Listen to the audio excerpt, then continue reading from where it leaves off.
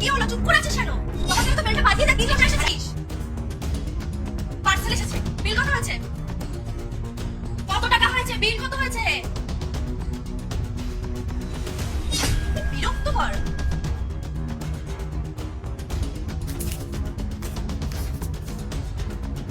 দাঁড়া একটু। ধর।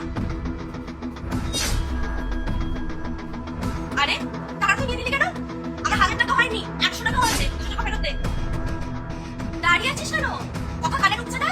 আমার 1000 টাকা হয়নি, 800 টাকা হয়েছে। তুই কি ভাবছিস তোকে আমি টিপস দেবো? কখনোই না। তোর অতটা ভালো বিহেভিয়ার না।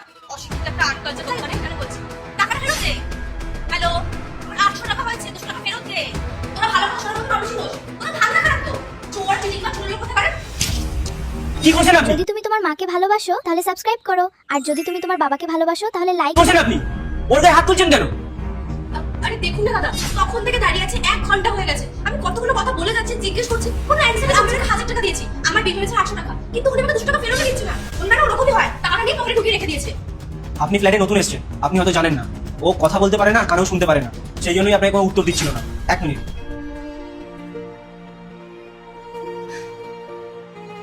বুঝলেন? দাদা, আমি তো সেটা জানতাম না যে ও কানে শুনতে পারে না বা বলতে পারে না। আর তখন থেকে আমি এতগুলো কথা বলে যাচ্ছি, কোনো রিপ্লাই করছে না, কিন্তু আমি কোনো ইশারাতেও বোঝাইনি। আমি কি করে বুঝবো বলুন? আমাকে ক্ষমা করে দেবেন, আমি বুঝতে পারিনি। আর বুঝলে হয়তো আমি এটা করতাম না। ঠিক আছে, কত টাকা পান আপনি? আমার কাছে 200 টাকা পাই। দাঁড়াও, আমি বলছি। তোমার কাছে উনি 200 টাকা পায়, দিয়ে দাও ওনাকে।